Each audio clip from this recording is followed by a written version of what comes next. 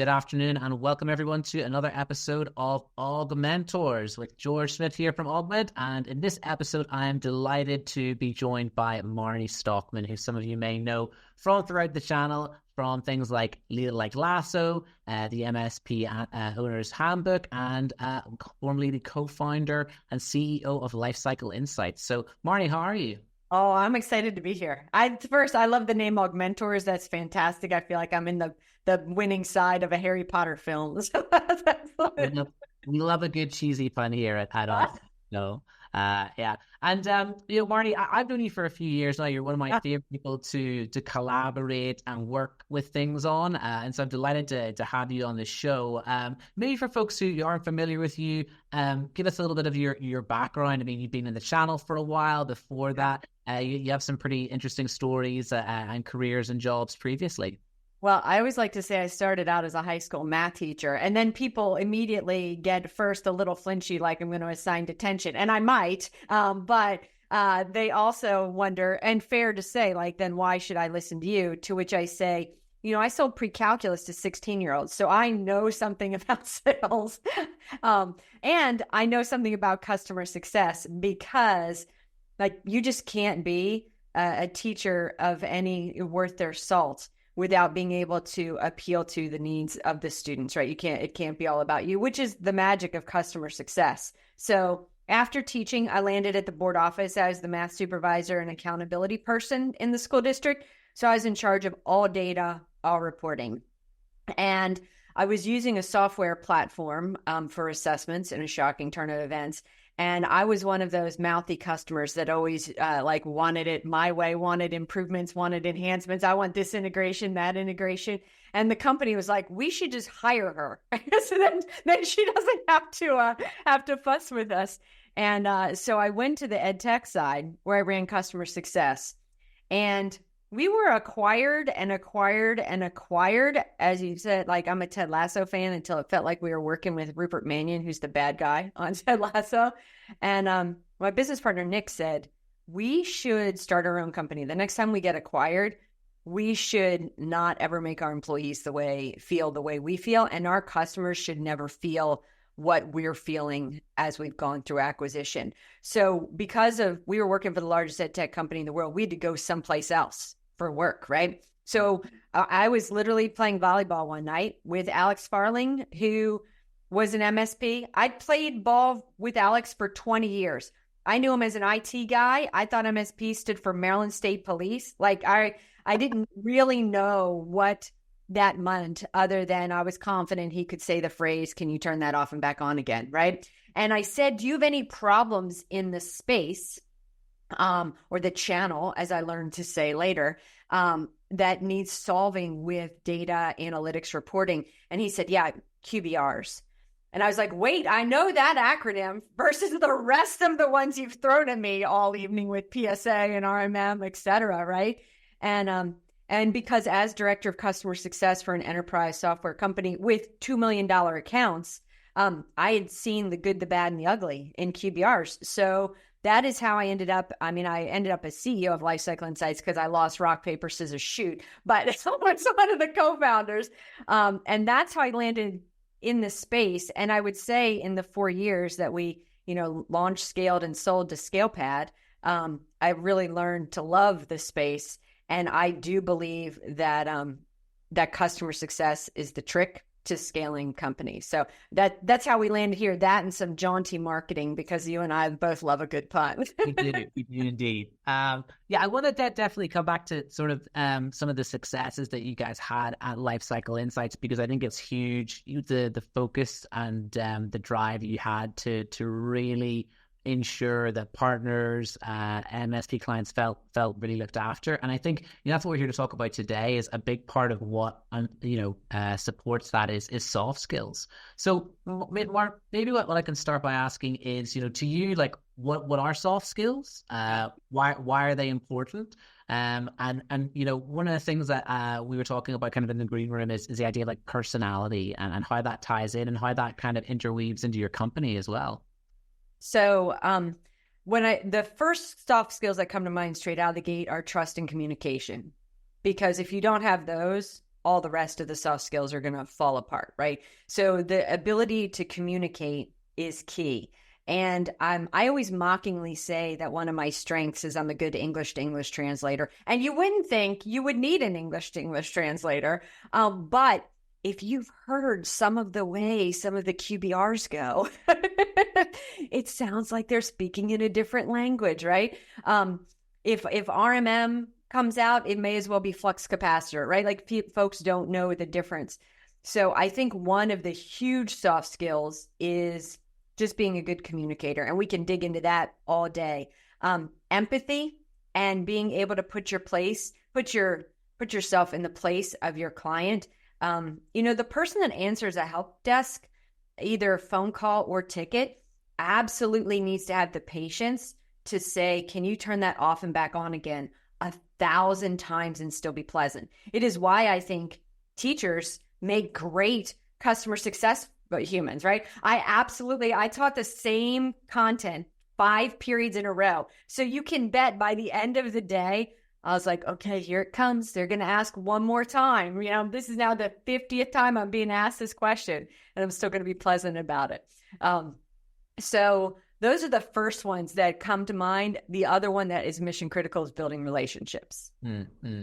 I think the teachers are really good analogy. Like you said, like a lot of the content can be repetitive, but also you have to differentiate your delivery in terms of, are you speaking to a parent about particular issues, or are you speaking to a student, and what is the age of that student, right? How you deliver a message or the content to an 18-year-old is going to be different to an 8-year-old, right? And frankly, when you're delivering a quarterly business review for a client as an MSP, you should assume they're about a 6th grader. Yeah. Yeah. And who are you speaking to as well, right? Like the same that they like kind of tailor your message and your communication style to your audience. It's really important to understand that.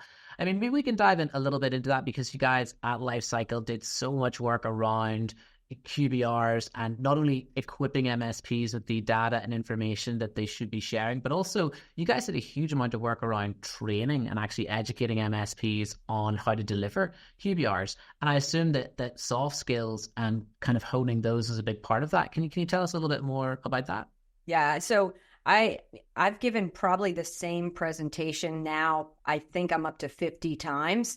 And it was all about how to help their customer success be your customer success, right? How can you make the QBR about the client instead of about you, or worse, about the technology, right? So my tagline is always, you need to help deliver business outcomes with the thoughtful use of technology. So how do you have a conversation that makes it about the business?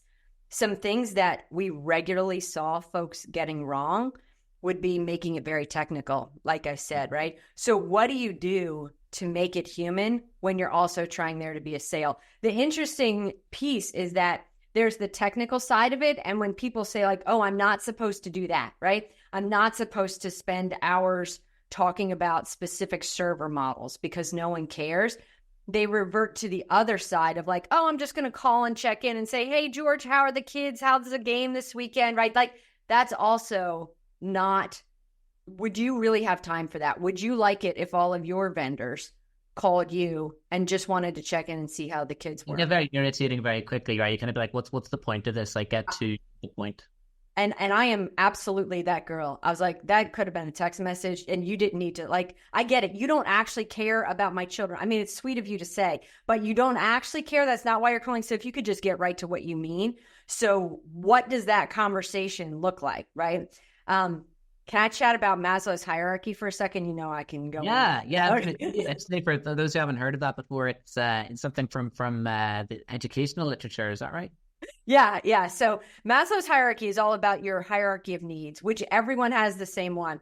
First, food, air, water, shelter, right? Most basic need of all. And if you're really hungry, you can't concentrate on whatever's next, right? Or if you have lost your house, for example, in a fire, you would not concentrate on anything else because you would be in a panic. Next up, security. If you're not safe, you're not thinking about your job. You're just thinking about running from whoever's chasing you, right? Then next up from there is relationships. So if you've got food security and you live in you've got a job, etc., you're feeling secure about things, then you can worry about relationships. And then you can worry about jobs and then you can worry about becoming the best version of yourself. I would argue in 2024, we have a more basic need. That's Wi-Fi, because we'll all skip lunch to make sure our internet's up. But businesses have that same hierarchy. So if you want to build a relationship with them to show that you care about them and their business, you need to work your way up that hierarchy in terms of what you're doing to help them. Remember, the very bottom is the basic need. And in technology, is it working, right? So you cannot in any way tell me that that's helping a business become the best version of themselves if you say you're going to have a strategic conversation with me and then talk to me about 40 minutes about how you kept my technology on. Why? It's 2024. And I say, I woke up this morning and my computer told me it patched itself, right? So it's for sure, like, I question that I could have done that without you, right? If you want to be a strategic partner, which is the key to customer success, right? You're trying to build that relationship. You have to get past the initial, oh, we just keep you running all the time. As a matter of fact, unless they're a Department of Defense company, and this typically gets a little side eye from a lot of the MSPs, is you can't talk security all day either, because they can only handle so much of, like, you're going to have a breach, you're going to have a breach, you're going to have a breach, because they are not making money on security, right? If they're a dentist, they need their files to be secure. It's a basic requirement, but they're not making any money about it. So it needs to be done. It needs to be a part of the package, but it can't be the only conversation you're having with them. Because remember, if you want to build a relationship, I don't need you checking in on me, George, to see if I've got food on my table tonight and if my house is still okay. That's basically what you're saying, instead of like, no, I want to know the real you, which is their real business. So to level up in Maslow's hierarchy, that would be, what can you bring to the table that helps them be a better company? You've got data that nobody else has, right? I mean, Augmentt, yeah. What are you monitoring that they don't know about? That's powerful information that you're bringing to the table. That's different than, am I keeping it running? You are giving them information they couldn't find otherwise. How about a full IT budget, right? How about some productivity tools? What could make you a competitive differentiator? My dentist, I kid you not, loves his managed service provider and talks to me about his quarterly business review, because I'm nerdy enough to ask about his technology. Loves that conversation because it has made him more efficient, more profitable. And I no longer have to get those pink goo impressions because of the technology he's using. So I think that's part of customer success, is meeting your clients at what they're interested in and having those conversations. So you think a fair statement would be soft skills are the skill set that drives the creation of partnerships? Absolutely. The relationships. Yeah. And that fundamentally, if you want a long-term business, we all know, but business is about growth, about transactions. But if you want a long-term business, how you do that is through partner success, customer success, developing long-term relationships. And internally as well, right? Right. Yeah, exactly. Internally, yeah, making sure and having cross-pollination of those skill sets. So I feel like some of the MSPs that I speak to, this is often a challenge that isn't really spoken about, because a lot of folks that work, not just within MSPs, but IT in general, tend to be a little bit more technical focused, a bit more interested in computers more so than in humans, and subsequently, maybe aren't as social, aren't as outgoing, not as confident speaking in public, things like that. So if you were working in an MSP or you owned an MSP, how do you begin to formulate a plan and strategy that helps you leverage soft skills either through yourself or through your staff that's going to drive those long-term relationships and open up new avenues of business for you, whether it's through increasing the happiness and profitability of your current customers or sourcing new customers? Yeah. So I think you need to take a good hard look at who are your customer-facing humans to start, right? And really do a deep dive into, do they have good communication skills? Do they give they build good relationships? Another key, are they good on follow-up, right? That's a soft skill that many people, I would consider it a part of communication, but that's another component. Are they empathetic, right? If that's not you, if that's not what you love to do, then do you have a plan to hire someone to do that? So take a look at who has the relationships with the clients, and all of these skills are buildable. So there's a big misconception that either you're a people person or you're not a people person. You might have an inclination, but you can learn to build those relationships, right? And there are actually metrics around it. So you should track things like the health and happiness of your client, right? Are the right people coming to the table and having conversations with you? And those are the things that people are very good. You've got logs up plenty about the technology health, right? You know if somebody's off or on in terms of whether their computer's working. Humans do in fact work the same way, right? And so to be able to take a look at that, I think is important. I do think, so it typically depends on how large the MSP is. So MSP party of 1 to party of 9, it is typically the owner that has those relationships. If that owner is very technical, but has built good relationships on their good work ethic, it's typically, they're the ones that are resistant to hiring, because there's a Warren Buffett quote: it takes 20 years to build a reputation and 5 minutes to ruin it. And so you really have to create a plan to learn to trust another human to have those relationships.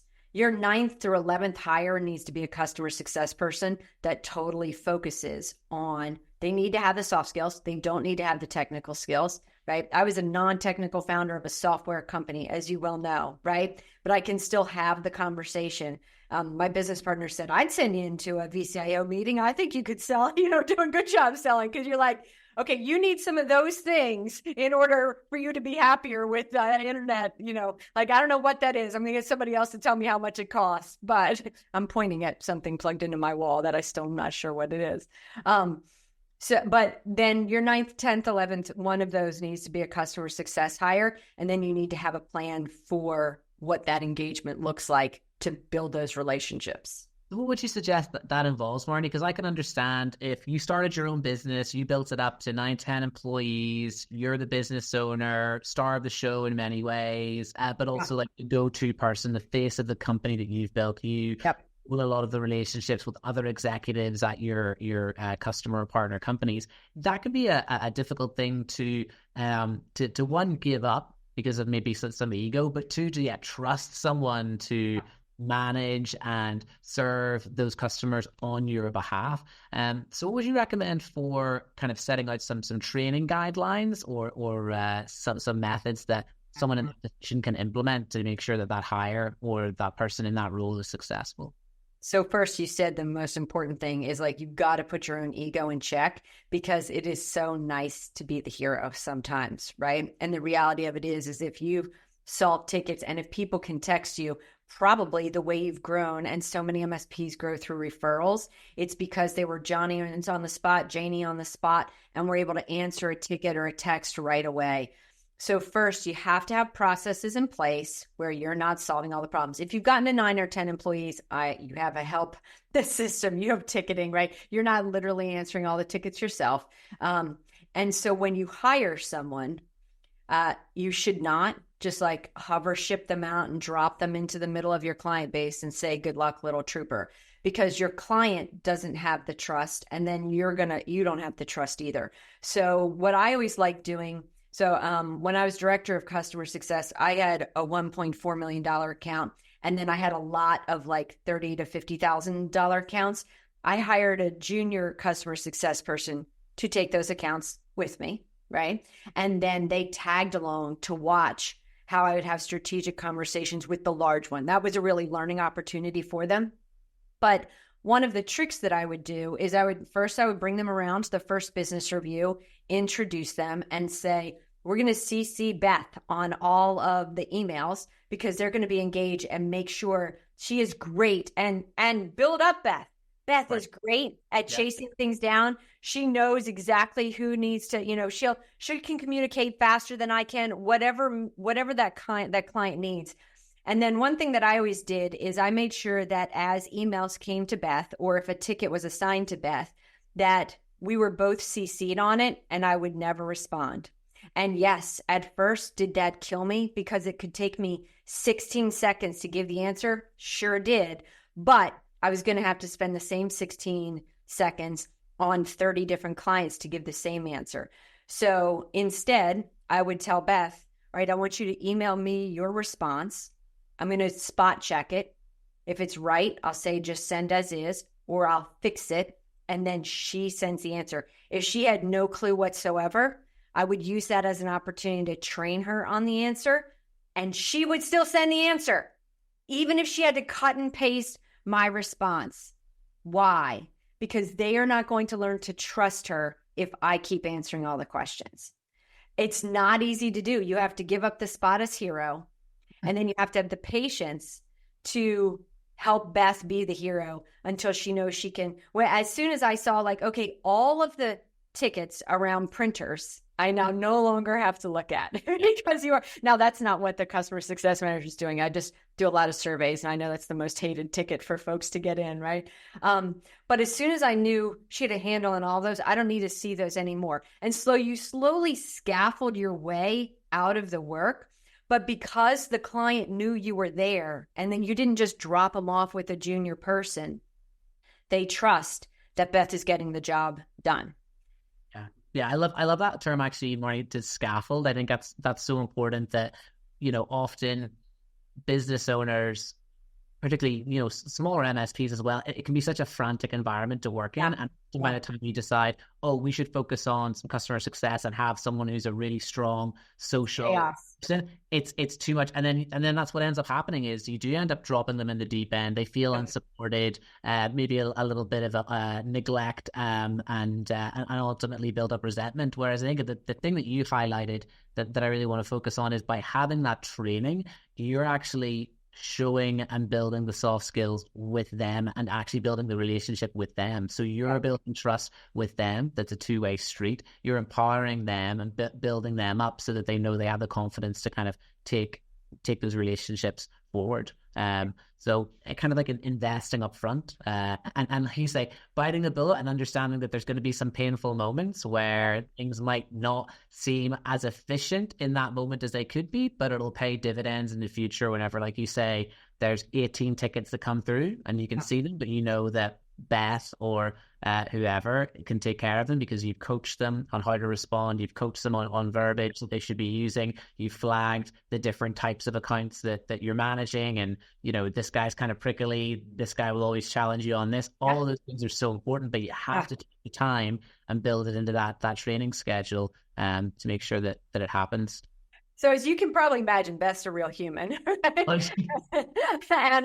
And the first time I took her to a business review, she walked out. She had pages of notes herself. And she knew one of the rules was like, you can't ever ask me a question about what's going on in the room, right? Because you got to look like you know what you're doing. But she did have pages of notes. And she said, how am I ever going to learn to do that, right? I never had the roles that you had. I don't have the confidence that you have, et cetera. I said, we're going to keep doing this.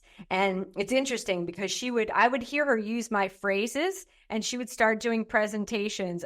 When I left that company, she got my spot. If you had picked if you'd taken the same pool of people that were at the company when I hired her, you would not have picked her, right? She was the least qualified for the position. But in the 4 years that I was there, she did all the work and she was able to take on, and I was in charge of all of the consultants for the ed tech company, right? The largest one.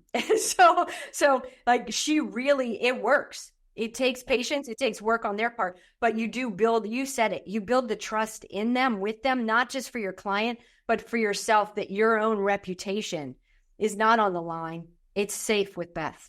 Yeah.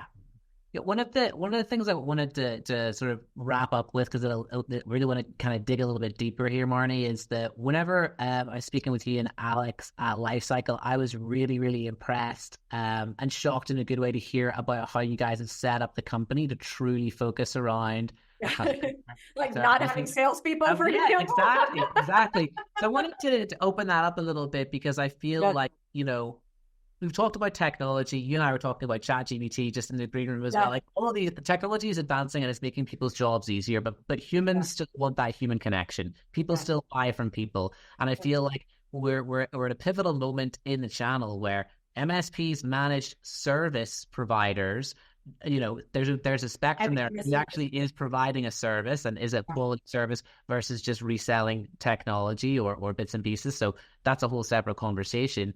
But you and the team at Lifecycle, maybe you can talk a little bit about how you set that up to truly focus on customer service, why you did that, and the fact that you didn't actually have any salespeople dedicated, but we're able to grow and scale that company, to be acquired by ScalePad.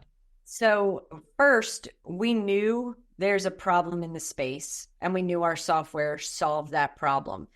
We knew we had to do a lot of education around that, right? And I think MSPs are also educators, right? So right out of the gate, you have to know that part of your role as an MSP is to educate the people around you in why you need managed services.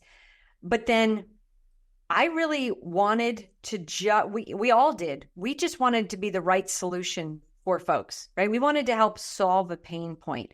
So as we looked at hiring folks, the biggest problem was typically we need you to use the product, use it correctly, have good quarterly business reviews, and your business will grow. So if we can help you be successful in a business review, you are going to grow your business. That will be better for us, right?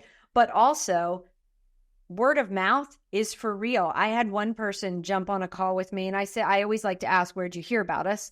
And they said, well, nobody likes anybody on Reddit and they really like you guys. So I needed to see what the hoopla was all about, right? But it was because we were focused on solving a problem. We were all very authentic and honest in responding to like, oh, here are our competitors. Here's what they do well. Here's where we beat them. If you need this, this, or this, maybe that's the right solution for you. I'll tell you why we would be a good solution. So because we were super transparent, people were always shocked by the answer to that. But it came, I want to tell, when it came down to hiring our first person, I hired one. I was interviewing one guy who had been a salesperson. He was actually in a 6-week training course. And when I talked to him, he called me and said, Marnie, I appreciate the offer, but this isn't really a sales position. I don't think I had the experience that you were looking for, but thank you for the interview. And I called him back and I said, I actually want to make you a job offer. And he was like, what? Like, I don't understand. And I said, the stories that you told show me you're not coin operated.